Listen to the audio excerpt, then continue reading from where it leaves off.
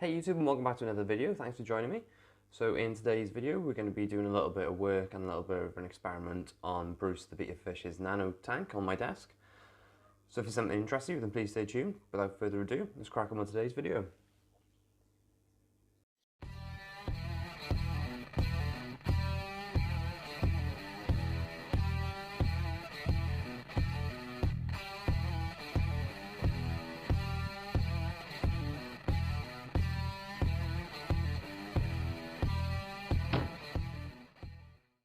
Hey everybody, and welcome back. So as I said, in today's video we're going to be looking at Bruce the Betta Fish's Nano tank. So a couple of videos ago, if you haven't already seen, we actually put this scape together and set this tank up and added Bruce the Betta Fish in. I was reasonably happy with the scape and it's still going quite well. There's still a little bit of work I need to do on some of the plants, need a little bit of trimming with some sort of melt have happened, but generally it's going well. Over time, I've probably not been as fond of the substrate in the bottom. It probably looks a little bit samey throughout. So I was thinking what I wanted to do with it. I was looking into getting a Nano C02 system, which seems a little bit excessive for a tank this size, and obviously the cost is not the best.